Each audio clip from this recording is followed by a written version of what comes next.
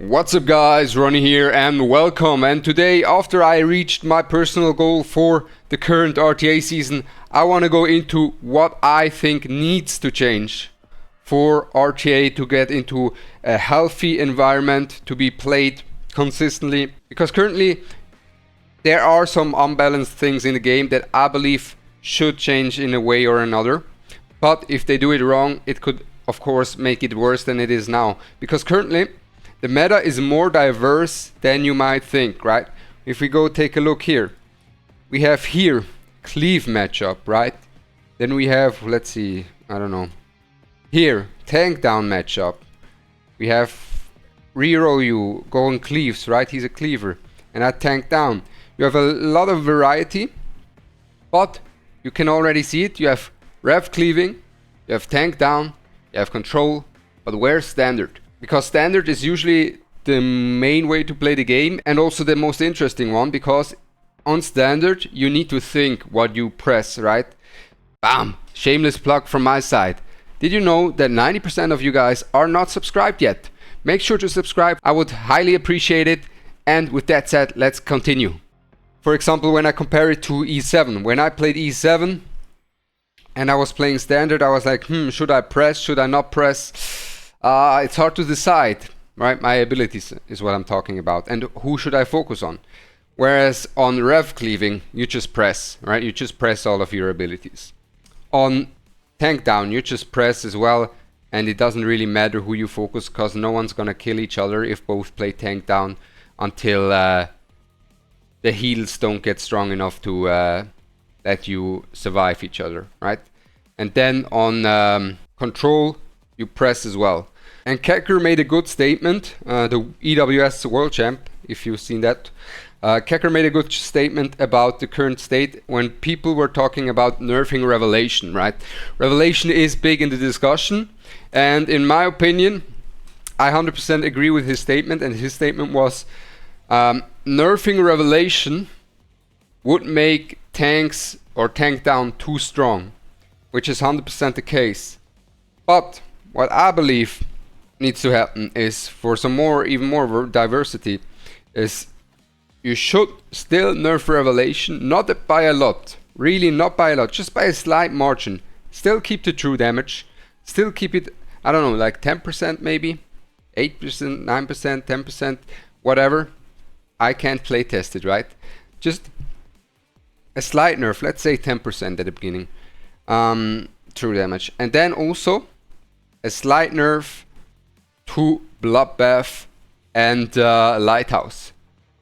Because if you nerf Revelation, Bloodbath and Lighthouse become too strong. And currently, when you play tank down against tank down, right? Let's say you're playing Rahu into the Tiamat with a healer. Your opponent plays Tiamat with a healer. One of you guys has a Viper on top of it and everything. Basically, the game just goes until overtime. It doesn't really matter who you trying to focus. No one's killing each other for a long time, and that's just usually how it goes with double Bloodbath. And I think if you nerf like Bloodbath, let's just say you nerf the damage reduction, right? If we go to the Bloodbath for a sec, let's go to the Bloodbath. If you just nerf the damage reduction, Bloodbath, here we go. If you just nerf the damage reduction to, let's say, 50%, that's already enough. Or maybe you nerf, or you keep it at 55% and make it proc once the HP is above, HP taken is above 25%. And the same can be said about Shell. Where do we have it? Lighthouse. Now Lighthouse also super strong. Maybe decrease its HP gain, right? The healing done from the Lighthouse. I don't think the turn meter push should be nerfed, because I think this is a key strat to disrupt your opponents from going and just pressing all the buttons, is to build your lighthouses. I don't think Lighthouse should be, the turn push should be nerfed too hard. But I think the healing amount can be nerfed a little bit, and then we would have Revelation nerfed, we would have Bloodbath and Lighthouse nerfed a little bit. This will make it that when you play tank down with tank against tank down, both have bruiser tanky DPS plus multiple healers, right? For example, if your opponent has Tiamat and you have Rahu single DPS, and your opponent has, let's say, a Sanya, a Viper, and Fukyu, right? They usually just play Protect the Tiamat. The fight is still gonna take long, even with a Rahu who's gonna be super good and super strong in terms of damage dealing, because the Rahu sure can kill. Even through all that protection, he can eventually kill, but the Sanya is gonna bring him back, right? And if your opponent plays a Linglo plus Fukyu, you know, it's very hard, and it doesn't really matter who you focus down for a long time. It doesn't really matter if you press your buttons or not. You just press your buttons anyways. And then at the end of the day, it's not that much thinking, right? But when the Lighthouse is nerfed slightly, when the Bloodbath is nerfed slightly, all of a sudden you can kill enemies, right? And I think that could be very beneficial for standard, for having the games not go in complete overtime when you have tank versus tank, because then it turns more into a standard match. And at the same time, it wouldn't make it that the Revelation is too strong, because you would still nerf Revelation. The number of the Revelation nerf, of course, I wouldn't know, but that would be something to consider. That said, we haven't talked about control, right? Because that would leave control untouched and broken. Because if you nerf everything else and the control is already strong, it would become very, very dangerous. So for control, usually to balance out control, games have can I say it? They have low activation rates on the control abilities, right? Especially on hard control abilities like stuns, AoE sleeps, AoE freezes.